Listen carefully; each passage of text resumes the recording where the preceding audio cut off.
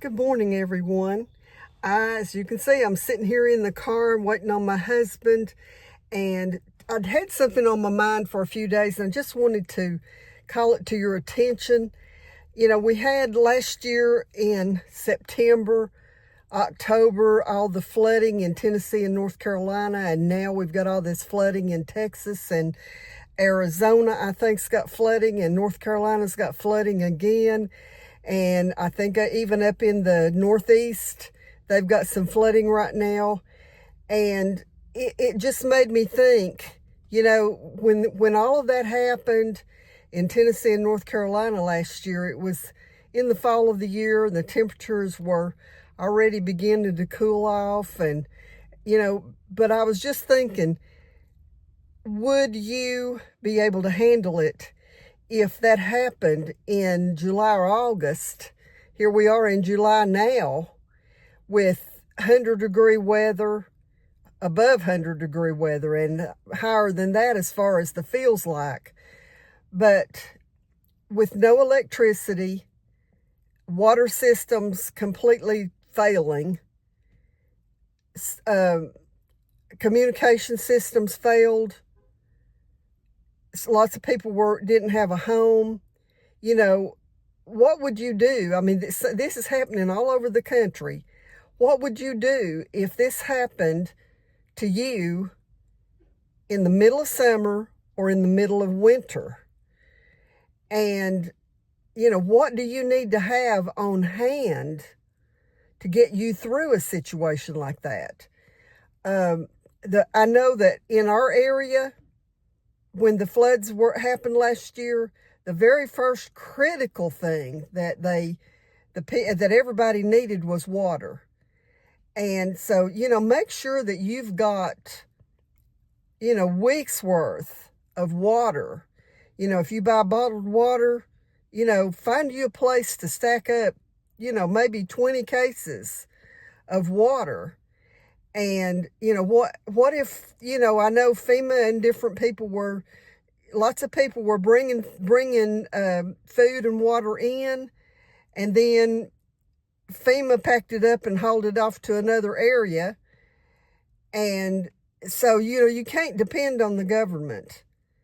But while you can get water, stack you up some now, so that, of course, if the flood hits exactly where you are, it's not going to do you any good. But if it hits the utilities and you're out of water and out of electricity and out of communications for days and days and days, and could be, some people were even out for weeks, and you're going to have plenty of water. And of course, obviously, you're going to have food. But there are other things. You might want to make sure you've got either a solar generator or a dual fuel generator, a way to cook. Make sure you've got some cast iron, and a way, something outside that you could put that cast iron skillet or pot on to heat something up. Propane burners. There are just lots of things that you could do to have a way to cook outside. And maybe even, the solar generators, and have some way to warm things up, an electric burner for inside, and have a way to warm up a can of soup or, whatever. But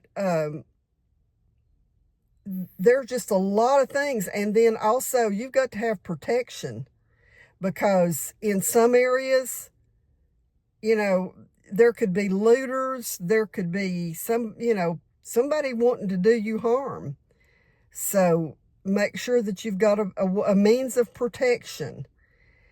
And there's just a lot of ways that you can prepare now for the possibility. And the possibilities seem to be gaining traction. And they're hitting closer to home in a lot of areas. And even if it's not close to your home, they're getting more and more active and happening more often. So the risk is increasing. So I just wanted to stop by for a few minutes and tell you, you really need to get prepared.